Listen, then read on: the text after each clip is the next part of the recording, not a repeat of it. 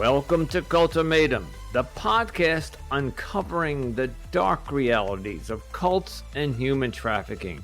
I'm your host, Anonymous Andrew, and each week we dive deep into the manipulation, control, and courageous escapes that define these worlds. And I'm Melody, Andrew's co-host. Having experienced the depth of a cult firsthand, specifically the House of Yahweh, I am here as an advocate for fellow survivors. The views and opinions expressed by our guests are their own and do not reflect the official policy or position of Cultimatum or its affiliates. The content discussed on this podcast are based on personal experiences and should not be construed as factual or legal advice. Neither the host nor the guest are liable for any statements made during the episodes. Listeners are encouraged to conduct their own research and seek professional advice where appropriate. And before we dive into today's episode, we want to issue a trigger warning. Some episodes may cover explicit and potentially disturbing subjects such as sexual abuse, rape, human trafficking, suicide, and other sensitive subjects. Listener discretion is advised.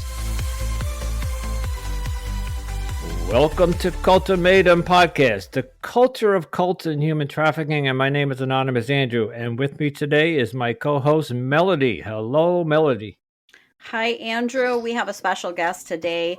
We are covering another cult that we have not covered yet. The name of the cult is the 12 Tribes Cult, and our guest is Tamara Mathieu. And she is an author who wrote a book about the subject called All Who Believed. Tamara, welcome to the show. Hi, thank you so much. Yes, welcome to Tamara. And I'm going to address you as Tammy, so I pronounced Tammy correctly. Okay. So where would you like to start? Tell us about your book, maybe? Yeah, so I, after my family left the 12 tribes in 2014, it's a lot to process. We had been there 14 years, and so I just started, just kind of journaling, writing down things that I remembered. And just over time, it grew and grew. And I thought, maybe I could turn this into something.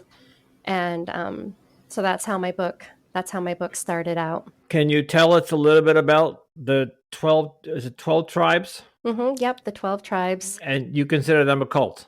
Yes. Okay. Why? Yes. Very high control group. People that join give up everything to move in there. Once you're there, you don't have your own money anymore.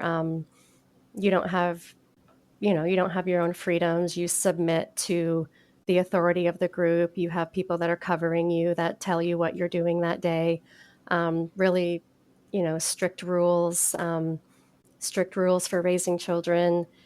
It's just day in, day out, we gatherings twice a day. But what it is, it's an end times group. So they follow the Bible, but they don't consider themselves a part of mainstream Christianity at all. They feel like they have separated from mainstream Christianity and that they are God's chosen people on the earth that have been chosen to bring about the end of the age, the return of Yahshua. They call Jesus by his Hebrew name, Yahshua. And they started out in the 70s as just like a branch off from a church. So there was the original people that started the 12 tribes, Marcia and Jean Spriggs. They lived in Chattanooga. They were attending a church. They started inviting young people to their homes for Bible study. They would have these gatherings in parks where people would just speak their mind and read the Bible. And, just kind of started out simple like that. And then as their story goes, they were all attending this church, and the church canceled one of their Bible studies for Super Bowl party. And they didn't think that the Super Bowl had anything to do with God's purpose. And so they decided to separate from that church and become their own church. So they became the Vinehouse Christian Community. And Jean and Marcia Spriggs opened their home to people. Young people started moving in. They started opening up delis where they could all work together. That's how it started in the beginning. Eventually, they all migrated up north to Island Pond, Vermont, where there were more people that gave up their homes. At one point, the little town of Island Pond, Vermont had like 13 households that were 12 tribes households. But their purpose was to spread the message to the ends of the earth. Like that's what the gospel needs to be preached to the ends of the earth before the end times can come. So they started sending people out all over the world. And now they have communities, South America, Brazil, Argentina, over in Europe. They're in France, Czech Republic, England. They're in Japan. They're in Australia. They've really branched out, but their numbers sort of, I would say their numbers probably don't really get above 5,000. Like some of these communities might only have like a handful of people living in them at one time. So there's a lot of places, but I think their numbers have really been dwindling, especially over the past few years. So, how did you and your family get involved in the cult or find the cult? And how old were you at the time that you joined? Was 23 when we joined. And my husband has an aunt who joined the Island Pond community back in 1981. She joined with her family. So he grew up knowing about the community, and he was raised as like a Pentecostal, born again Christian, that kind of church. But they would visit from time to time Island Pond.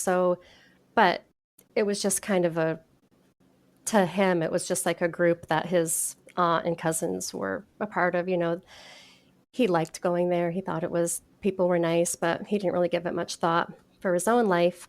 So then when he and I got married, I was introduced to the 12 Tribes community through his relatives, and that's where I became intrigued by them. I was a new mother. I was 22 when my son was born and just became a stay-at-home mom really young. And I saw this group where people lived together, mothers had each other for support from the outside. It just seemed so kind of like old-fashioned. And I just was so excited, like to realize that there was this other lifestyle available out there. And I just became very intrigued, wanted to visit more and more and get to know people. So that's what drew you to this, I'll say it, cult. Yeah, At the time, that was the lifestyle that drew me in. I wasn't raised religious, so it definitely wasn't like, oh, I love how these people believe the Bible. I love their doctrine. It wasn't anything like that. It was just the people were so nice and so welcoming, and it appealed to me in like this aesthetic sense, just the simplicity, like it seemed so wholesome, kids safe. work. Yes, it seemed very safe. It seemed very family oriented. And it just, at a time when there was that Columbine shooting, and that really affected me as a young mother. And like I wanted somewhere just safe and wonderful to raise my child in. And I just thought that it was so amazing that this lifestyle existed. They weren't watching TV, and so About what year is this? 1999. So there weren't really cell phones and computers that they weren't that common back then. It was Right. Like there was the internet, but not like it was today. today, There right?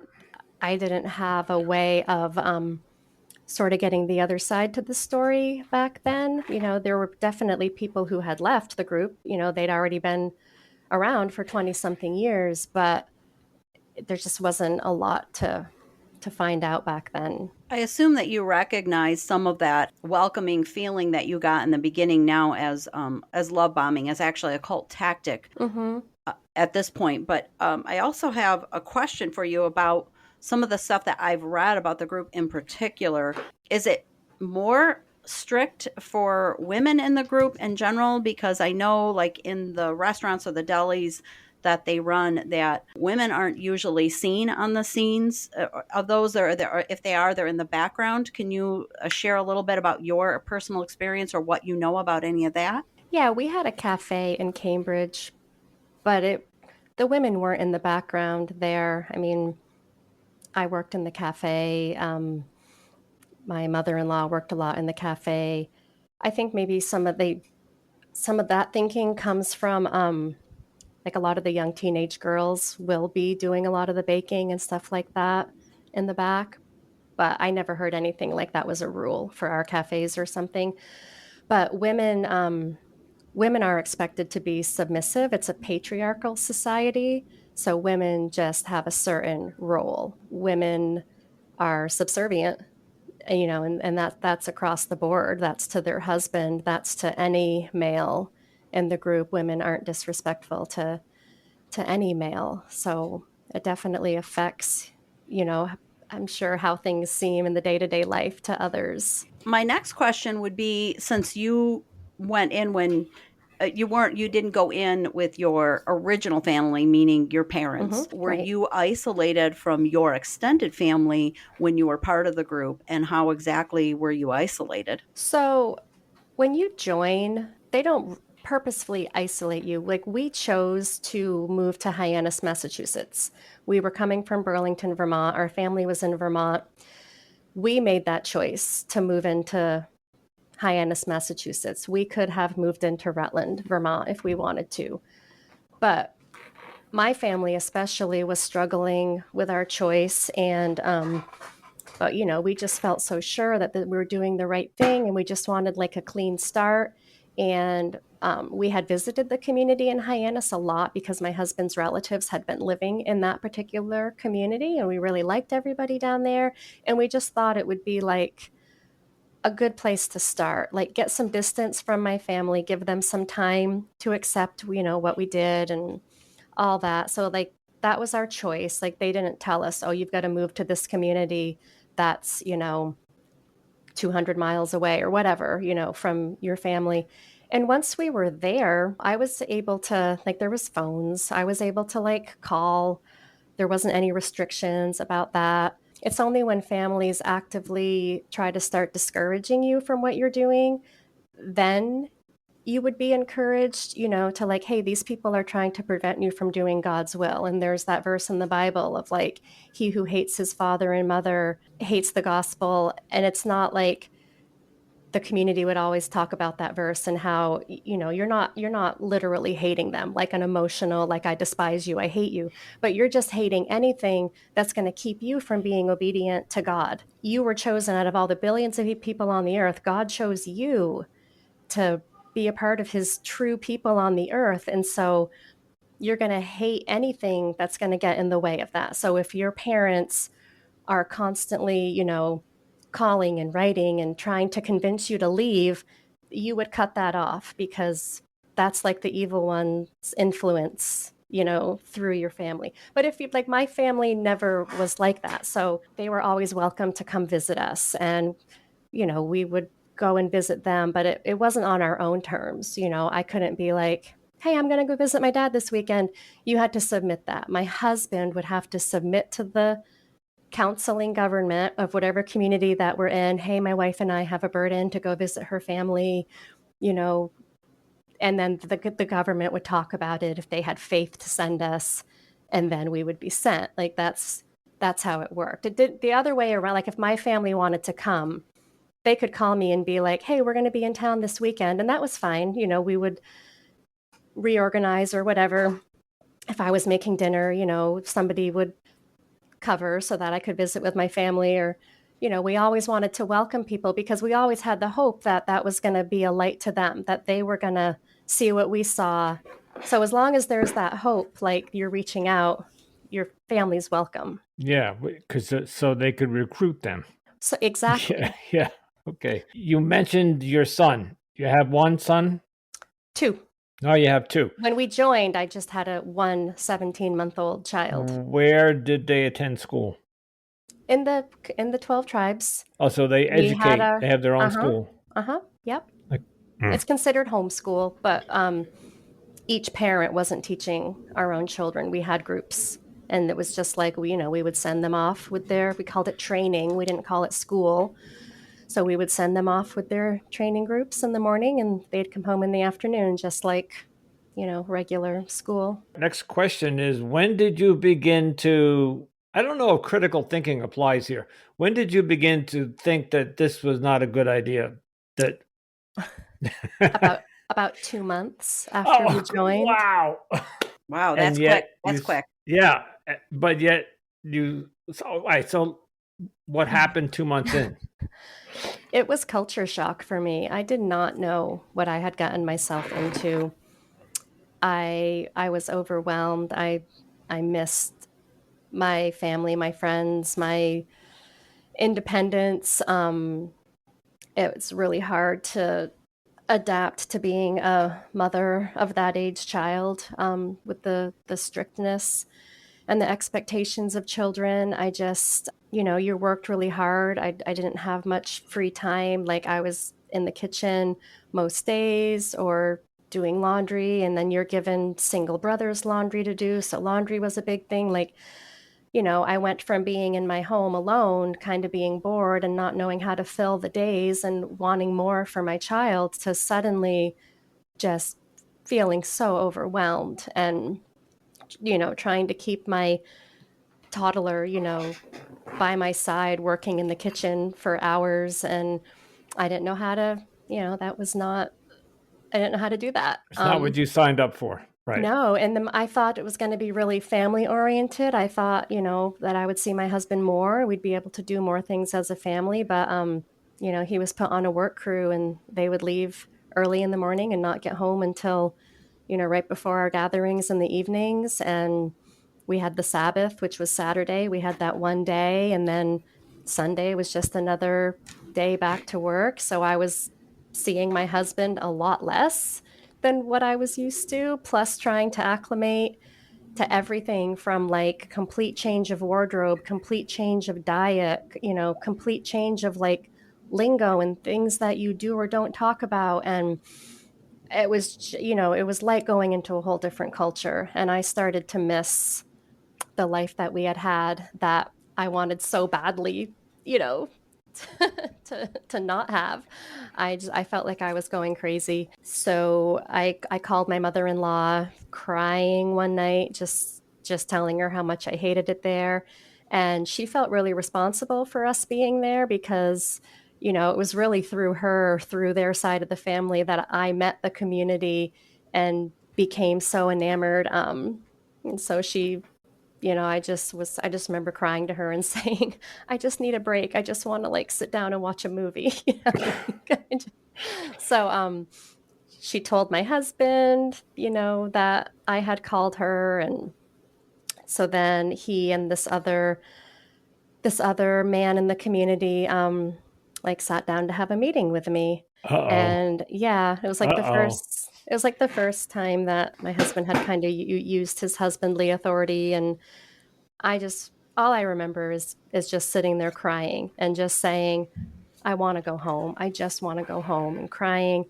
And the other man, we called him Banabi in the community, and he was super like him and his wife came and visited us in our house in Burlington before we moved in. Like they were at our wedding, like helping clean up and stuff. He was a really nice man. Like I liked him. And I just remember him looking at me and saying, but you are home.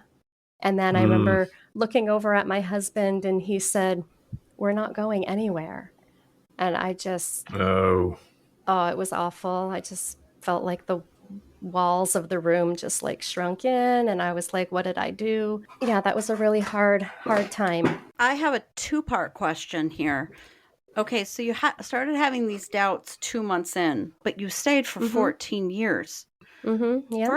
My first part of my question is, did you stop believing at that 2-month period? Or did you think that it was just Satan or the evil one tempting you or something, and then were able to get yourself into the cult-like thinking during that time? So I'll let you answer that first, and then I have another part to that question after that. So go ahead. Yeah, it was absolutely some of that because I had gotten baptized. And so I remember going to talk to one woman and telling her, like, maybe it didn't work, like maybe I wasn't sincere because I'm not feeling like this grace, from God that I thought being baptized was going to suddenly bestow on me.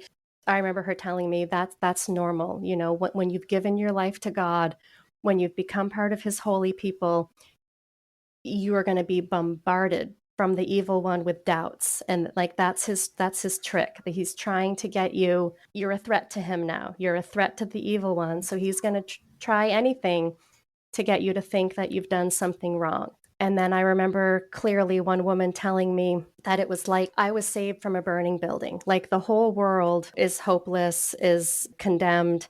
The whole world is like a burning building. And God like plucked me out of it and saved me, took me out of the burning building.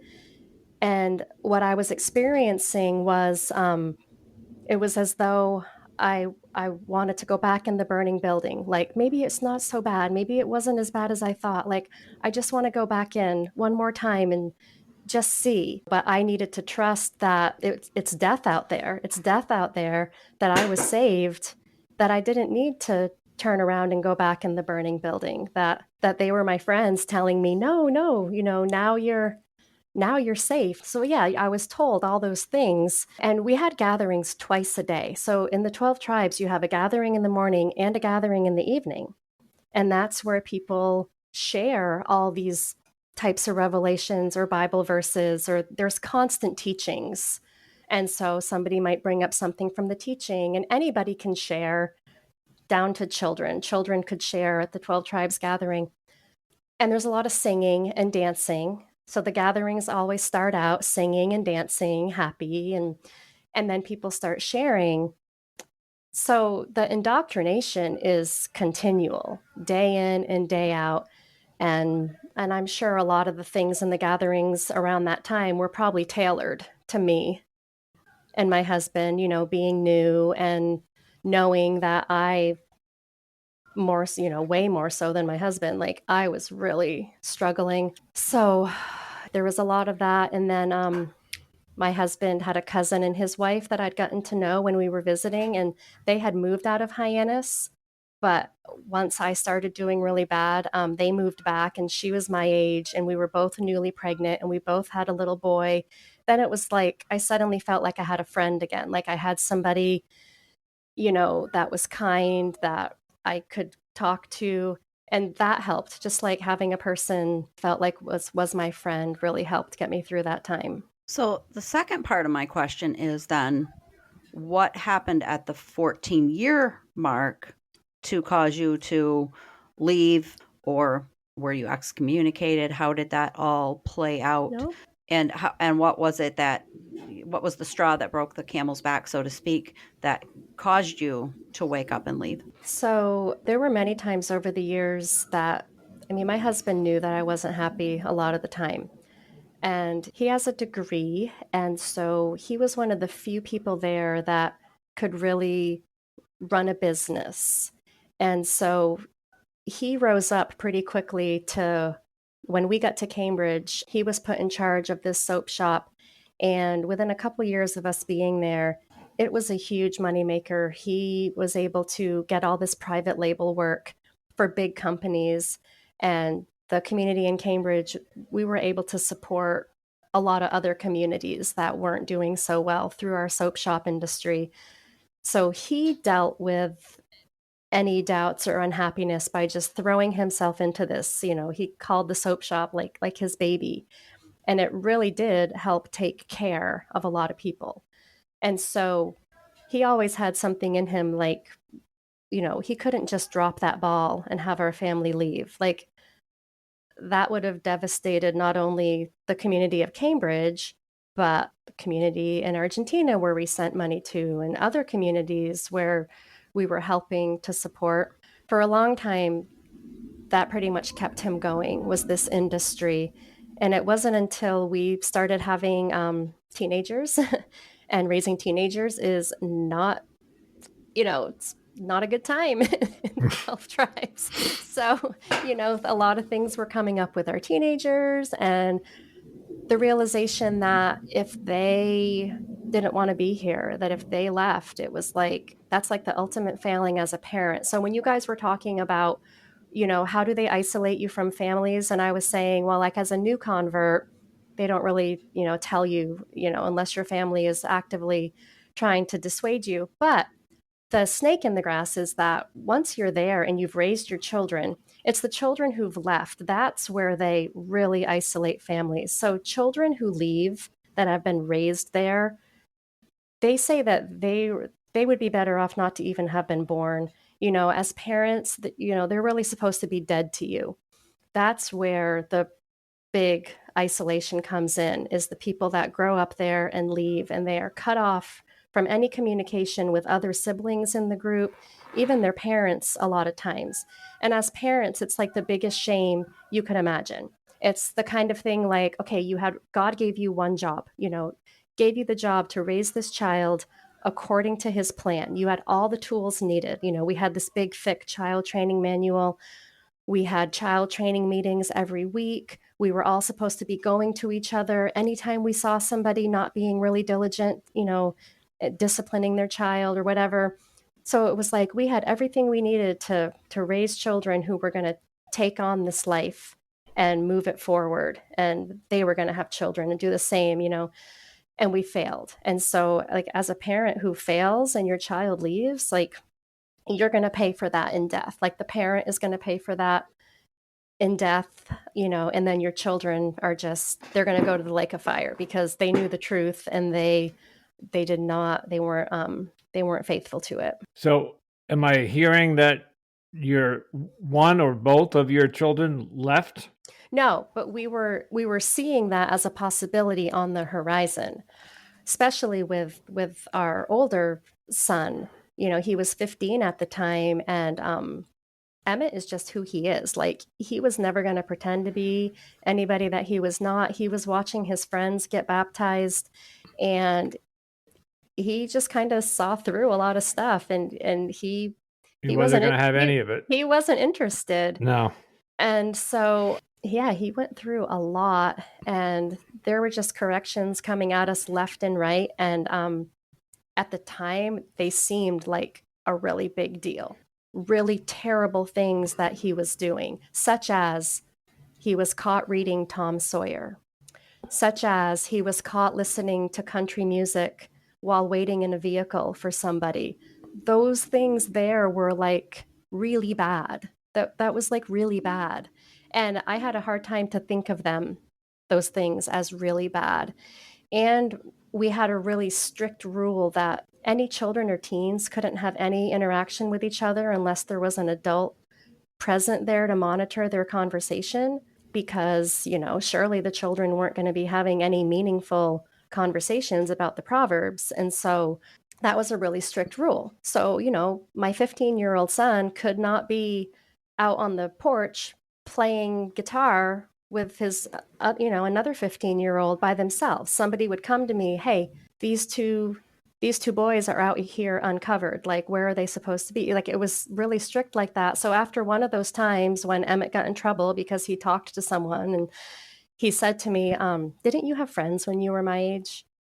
And like, that really cut me. And I really realized how restrictive this life was. And I realized that I couldn't imagine being a teenager there. I look back on high school and my friends, and I'm just thought, oh my goodness, like, I'm so glad that I wasn't raised here. And then that really caused me to be like, whoa, how can I feel that way? And yet I'm subjecting my children to being raised here. And I'm going to ask the question just naturally, because you mentioned 15-year-old boy, those sex hormones are flowing too. So naturally, I know when I was 12, 13, 14, I was looking at Playboys and I was looking at girls, and you know what I'm saying? It's that prepubescent or adolescent hormones where they're running rampant. And so what was the cult's protocol on dating? Obviously there could be no dating.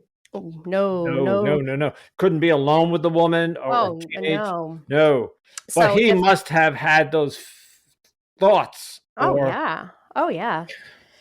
And if and I saw this happen, if two teenagers were ever caught having an inappropriate relationship, and that could be as minimal as like holding hands, touching over clothing, or like a kiss. Okay, so two 16-year-olds are caught they were given the choice to marry each other when they were of age or leave the community.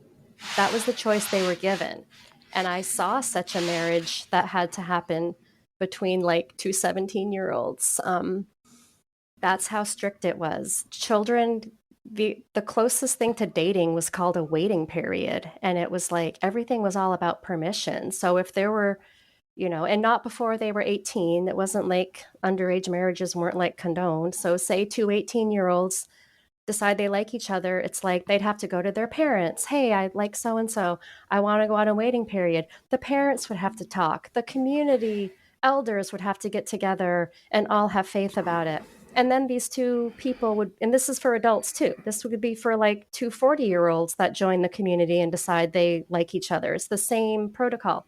They go on what's called a waiting period where they still can't be alone or touch each other at all, but it's okay for them to like be on the same weekend team together, or to be on the same breakfast morning together, or have more times, maybe a cafe shift together. They have more times where they can be together, but in a completely public surroundings. And so that way the other people in the community can watch how they interact, because it's all about if everybody has faith, So then the waiting period goes well, and the two people are like, yeah, we want to get married. Well, then the whole body has to have faith. There has to be a meeting. And if anybody has a reservation, that has to be taken seriously.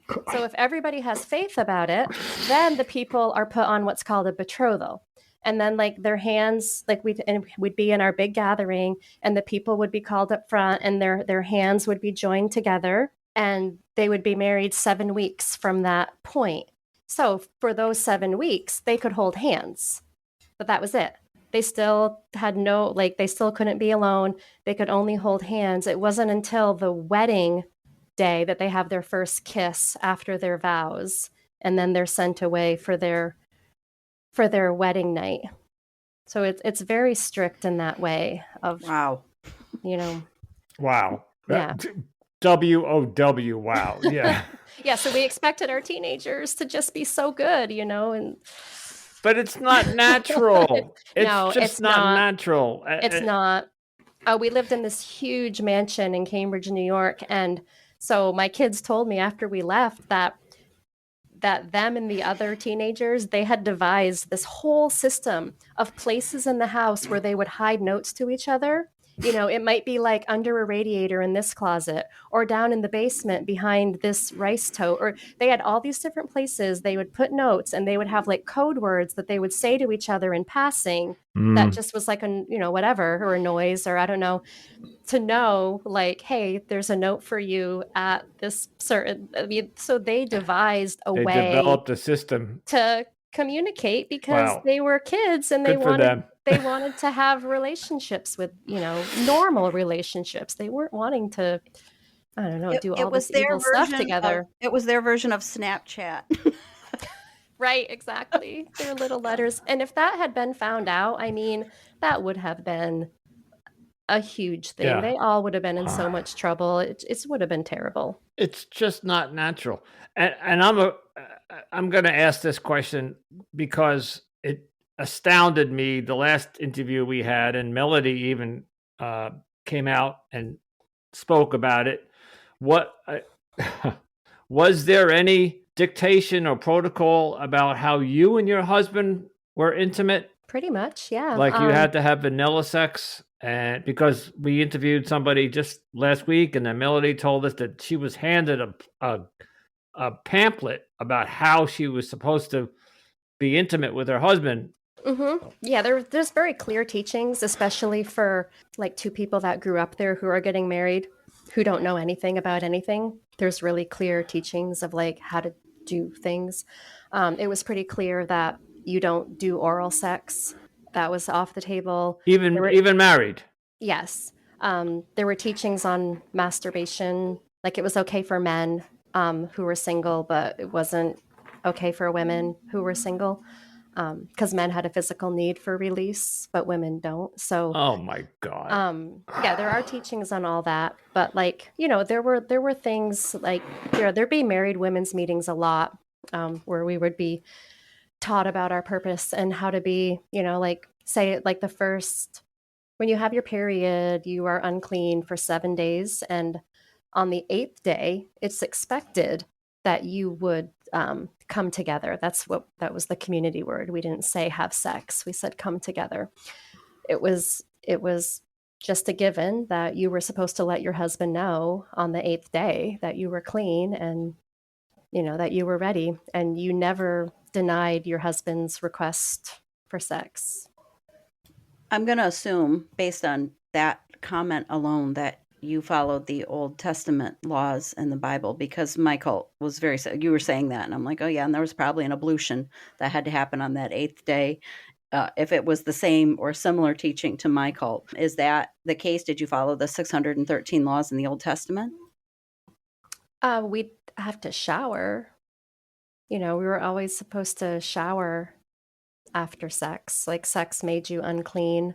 Oh, God. So you were always supposed to shower after that. We followed the rules for childbirth. So like after having a boy, you were unclean for 40 days. And after having a girl, you were unclean for 80 days. Yeah, that's all Old Testament law teachings. Yep. Well, yep. Wait. We followed that. What does that mean? What? So you have, which is why it's in the Bible, Andrew. It is in the Bible. I'm just going to say. Okay. Exactly. Naturally, I missed that part. Well, I went to Catholic high school and took theology in college, and I went to a Catholic university. I missed that part. So after you give childbirth, you're unclean? Mm-hmm. Yes. So meaning, I guess that means you can't have sex for those 40 days. Okay. Yes. Well, that. I mean, the 40 days, that's like a standard in the medical world. Yeah. Know? The 80 days, even the community said that they weren't 100% sure why it was twice as long. And their thinking was that our Father allotted that time because a mother would need that additional time to bond with a daughter, that a mother and son bond quicker and have an easier relationship, but a mother and daughter would need the extra time. That was the only guess that I ever heard as to why, because the Bible doesn't say why it's 40 days for a boy and 80 for a girl. Wow. Okay. So take us to, I guess, the part B of Melody's question was, when did you walk away and how? And walk us through that. So once my husband came to the point where he could admit that he also was not happy and wanted to leave, once he started having earnest conversations with other men, the community did what they typically do in that situation, and that was to send us somewhere far away. So we were living in Cambridge, New York, and it was a Tuesday, and it was my supper night, and I was pulled outside by another leading couple. And my husband was a leader at this time. Like, he became the community coordinator. He functioned in government. He traveled around, went to meetings. And so, I was pulled outside and I was told that our family was needed to go down to Arcadia, Florida, where there was a small community of people, and there was one 60-year-old man trying to support them by going out and fixing people's swimming pools. And this is like summertime. This was the middle of June. And so, it was like, hey, we were asked, but not asked, if you know what I mean. Like, they knew we were on the edge of leaving. And so it was like, hey, is your family, you guys willing to go and do this? And at that time, my family had never done something like that before. We'd never had the chance to travel like that. Or so, there was like a bit of excitement. And they asked me, can you still do dinner tonight? We want you guys to leave on Thursday. Okay. So, I got to pack up my, I had a 6-year-old and a 9-year-old and a 12-year-old and 15-year, pack up our family of 6 to drive down to Florida, and I'm being asked this on Tuesday afternoon and told that we're leaving Thursday morning. I called my mom because my mom had always tried to help us out. And this is in my book, and this is a whole different tangent, but my grandmother, her mother, joined the 12 Tribes community and lived with us in Cambridge. And my in-laws eventually ended up joining too. So we lived in Cambridge with my in-laws, my grandmother, And all those times when these people joined, it all served to make me think like we really were doing God's purpose, because we did have other family members being drawn and coming in. But anyway, so my mother was like a big part of our lives because we were there and her mother was there. So she visited us all the time. She was always trying to help us do nice things for the kids. So, you know, I didn't tell anybody else I did this, but I called my mom and I was like, hey, would you want to like give us some money and help us? Like, we get to go to Florida. We'd like to maybe take the kids to a zoo and like just do some fun things with them. And she was able to help us out in that way. And so we just made like an adventure of it for the kids. We spent 3 days on Assateague Island in Maryland.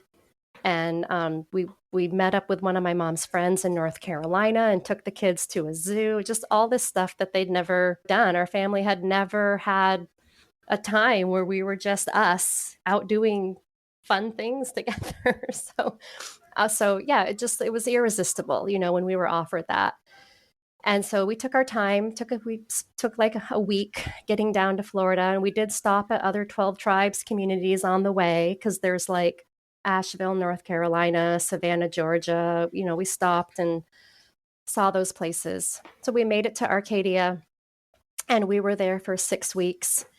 And I think over that time, just people that we had left behind in Cambridge who were just part of the people who were constantly having meetings with us, constantly calling out our teenagers for things, just really oppressive people.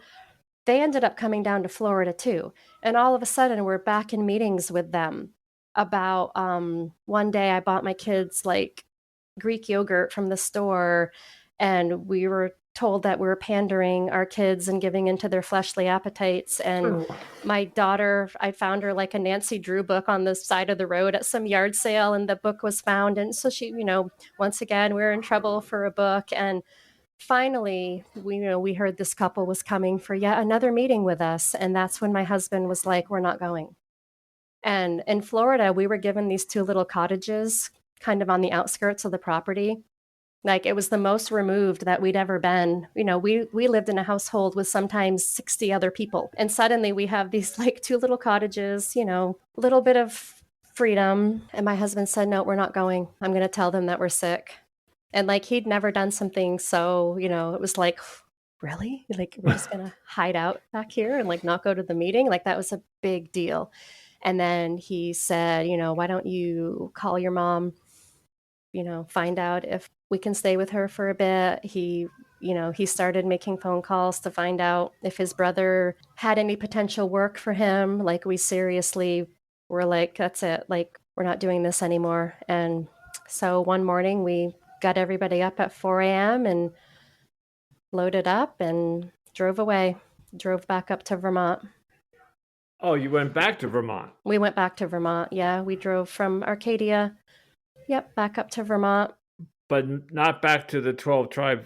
Mm-mm. No, we bypassed Cambridge. I had to call my grandmother. That was really hard. Called his parents, because like I said, to them, that was a huge ordeal. I told my grandmother, like, if you want to live with us, like, we'll always take care of you. She chose to stay. My grandmother stayed. So what year is this that you left? 2014. Okay. Mm-hmm. My in-laws left a year and a half after us, and now they live 2 miles down the road. And it's fair to say you never looked back, other than writing your book. I meant that rhetorically. Yeah, I mean, it was only while my grandmother was still alive. She passed away in 2019. So for those first 5 years, I would go to Cambridge. I would still go and visit her. They let her. I mean, she wasn't really a threat. She was like a 80-year-old woman. I don't think that they were worried about her coming up here and being defiled by our family. So she came up and would spend a few days with me. They would like meet us somewhere halfway. And so you enrolled your children into regular public school at that point? The 2 younger ones, yes. 1st and 4th grade. We put them right into school, but my 2 older ones were terrified to go into public school. Of course. So I homeschooled them for 2 years. And your husband, being a businessman, did he found work? Yeah, because he had been running this big soap shop industry. He had a lot of connections that were not 12 tribes from all these other businesses and companies that he got the private label work. So he had a lot of references. So he was able to get into another body care manufacturer in Essex, Vermont, like pretty quickly. And he was with that company for like 5 or 6 years. And now he's doing private consulting from home with a different company. Walk us through your deprogramming, or was there any? There wasn't anything like official. We all had therapy of some sort, and we all connected often with other people who had left, just to know like how we were feeling was normal, what our children were going through was normal. I did advocate for all my children to have therapy. Were your kids excited when you left, or were they scared? I mean, how did they feel when you had made that decision that you were leaving? Because I'm sure it was a little confusing for them. Yeah, it was. I know that for Emmett, for our oldest, he was excited at first. Just I remember him and my daughter watching my husband had a laptop and they really loved Walker Texas Ranger and Dr. Quinn Medicine Woman. It was like all these things were so new to them, and I was trying to find them shows that I thought were like, a little bit more on the wholesome side. There was things that I was scared of them, getting involved with right away. But what he suffered about is, even though it was strict in the community and he wasn't, they weren't allowed like normal friendships, it was still like those were the people that he'd grown up with. Those were the only people that he knew. He didn't know anybody except for relatives, And so he tried calling the community and they would not let, of course, he wasn't allowed to talk to anybody. So he was angry at us for that, for just taking him away from anybody that he knew. But at the same time, he was really excited to try new things. He got to try Taekwondo. He discovered he loved flying. He pursued his junior pilot's license. Like before he got his driver's license, he did a solo in an airplane. And like he was able to suddenly have all these things he wanted to do, and we could support him and not tell him like, oh, that's just like a worldly, fleshly, selfish desire. So and my daughter was able to like get a job and work on a farm, and like they were very excited to be able to like work and get paid and make money. Like that was totally a novel concept for them. And my little ones, they were young. In the first They didn't day, know any better. Yeah, they went to school and made friends. They were just little kids. Wow. Yep. Okay. Wow. All right. Tell us a little bit about your book, the name of it, and... Yep, it's All Who Believed, a memoir of life in the 12 tribes. And it goes through, exactly how I met the community, what drew me there, that whole thing, joining. And then it's just different stories over the years that, really stood out to me, just to try to highlight what it's like to be a mother there and raise your children and the expectations and the discipline and everything. I really tried to include all aspects of life because, like I said, when I joined, there wasn't anything like that. And I really thought like I could put something out there that would give people a more clear idea. People are still joining, they're still recruiting, at least now, somebody could read my experience, and my experience was my own. I make that really clear. Like everybody's experience in the 12 tribes is so different depending where you live and who you live with. And some people are more principled and legalistic, and some people want to have more fun. And it's so different. And some people have been there for 30, 40 years and love their life there. And other people had like experiences like way worse than me. People ask me about sexual abuse, and I had my home births. They all went great. Not everybody's did, but I make it clear in my book, like I stick to my story and what it was like for me. And there's a lot more horrendous stories out there, but those are their stories if they ever want to tell them. I wasn't going to get into other people's experiences. Not your story to tell, right? Exactly. Yeah. So I really just wanted it to be a really realistic, like, and it goes through the years, like this is what my life was like. I'm going to ask you a slightly personal question. Where is your faith today? Do you belong to a religion? I don't belong to a religion. I am Definitely would be okay if I didn't open a Bible ever again. Okay. But I still believe in a higher power. I still Good. believe in like positive energy and good karma and, just doing good to others just for the sake of it and not just, for some eternal reward or, fear of eternal damnation or something like that. It's pretty much where I'm at nowadays.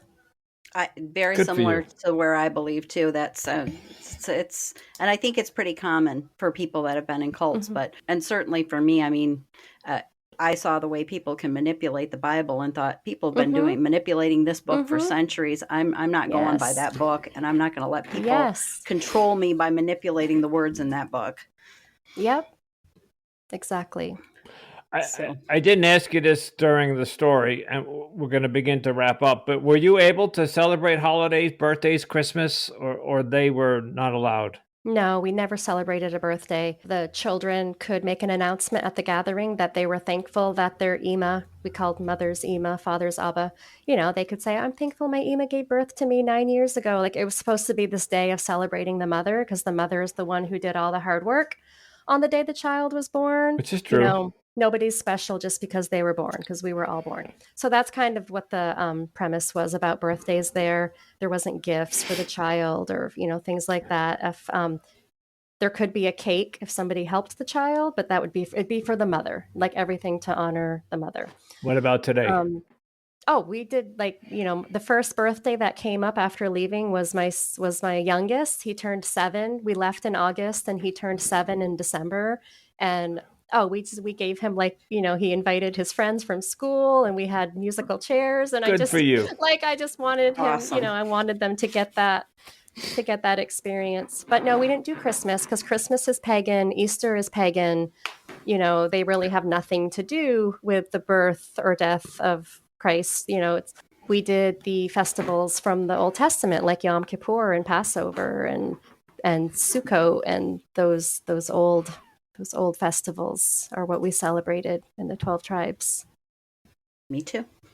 Not in the 12 tribes in the house of Yahweh, but me too. Oh, yeah. Oh, yeah, Yahweh. Yep, that's. All right. Yes. Tell us Well, where we can find your book.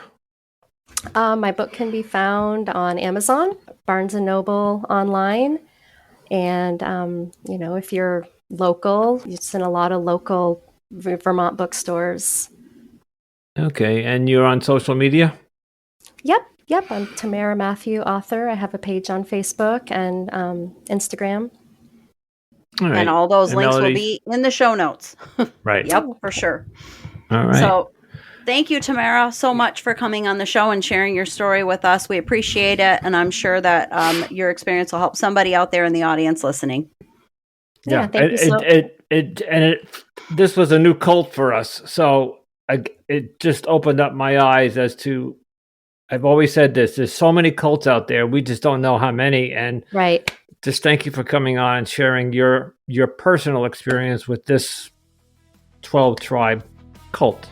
Yeah, thank you so much for having me. We want to thank Tamara again so much for coming on the show and sharing her unique experience and unique story with us. Wow, I'm so impressed with where they are. I always love to hear people that leave and can do all that stuff right away, the birthdays, the Christmas, all that stuff, just because my deconstruction took so much longer. Yeah, I really, really enjoyed that interview. She showed up prepared, and as she was telling her story, all these questions like you had, these cults that we interview, and knowing your story about how long it took to put a Christmas tree up, that's always seems to, like, I want to ask that. That's why I said to her, I have a personal question. Where's your faith today? And I did want to ask, do you celebrate Christmas? Do you celebrate birthday? But I kind of danced around it because I don't. We always ask the guests before we record, is there anything out of bounds or anything? But sometimes I feel it's like I'm invading on something that's very sacred to them. And I don't know where they are in their recovery. So sometimes I might trigger them asking them a question like that. But I couldn't wait to ask, do you celebrate Christmas? And the Halloween story was interesting, which was not on air on mic, by the Oh, way. it's right. We didn't record that. Yeah, Oh. so we'll share with the audience here that after we shut the mic off, after we stopped recording, we started talking about that. And yes, she said that first year after they left, they immediately started celebrating Halloween, Christmas, birthdays, all of it. So they just dove right back in. So, but how they handled Halloween while they were in the 12 tribe was that everybody would go up to this cabin somewhere in the mountains, and the one house, they would put somebody there to hand out candy to the trick-or-treaters. So this is the way I understood it. So they would look normal and the kids wouldn't be shunned or something. Maybe so the house didn't get TP'd. I don't know. They didn't really. Yeah, I mean, she wasn't even really sure. She said it might have just been muffins from their deli or something that they handed out, and maybe it was with some propaganda, in the packaging. I don't know. I'm sure they had some agenda. There was some ulterior motive there, but we don't know what it was. Warms my heart to hear somebody that has endured something like that, because 2 months in, she was already like doubting out of it. Yeah. To come out of it, and although she says she went to therapy, but she did kind of adjust, and her family adjusted rather quickly to living in the normal society that we live in, celebrating holidays and going to school and watching movies and things like that. So I really enjoyed today's interview. Oh, I did too.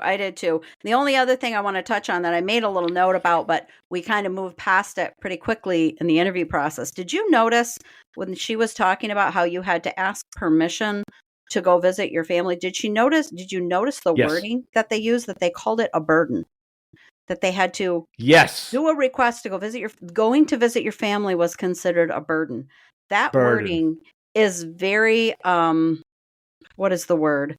There's a lot tied into that. That is subliminal. They're sending a message to you when you have to. Well, they're afraid that the family will talk you out of it, right? Like, what are you doing? And why don't you get out of there? And yada yada. And that wording was purposeful. That was my point. Is that I was like, there's no reason that they called that a burden for a reason, because they considered it a burden. As we say, these cults are very meticulous in how all their protocols and what they choose, and that Chinese menu we talk about, how they all pull from the same playbook. And all the clean and unclean rules that very paralleled my House of Yahweh teachings. That's all the very same stuff I learned, because it's all Old Testament teachings in the Bible, the 613 laws followed by actually most of the Jewish religions. So very interesting. But it was such a great interview, and I really enjoyed her and appreciated her coming on the show. Absolutely. And so thank you again to Tamara for coming on the show, and thank all of you for tuning into Cultimatum. Your support, as always, is greatly appreciated. And if you enjoyed today's episode, if you could just take a moment to rate and review us on platforms such as Apple and Spotify, that really helps us out. And don't forget to follow, share, and keep listening to all of our latest episodes. You can also connect with us by joining our Facebook group called Cultimatum Podcast, where we dive deeper into these important topics. And you can also find us on additional social media platforms, including Instagram, Pinterest, TikTok, YouTube, and Threads. If you have a personal experience with cults or human trafficking that you'd like to share, reach out to us at cultimatumpodcast@gmail.com. We'd love to hear from you. And if you are an ex-cult member who is looking for any additional support, you can consider joining the Cult Escape and Recovery group on Facebook. And to hear more of me, you can check out my other podcast, the Anonymous Andrew Modern Dating Podcast. If you'd like to help us with the cost of maintaining the podcast, please show your support by clicking on the link in the show notes. Buy us a cup of coffee. Every little bit helps our mission to spread awareness about cults and human trafficking. And as always, stay safe, stay informed, and remember, you're not alone.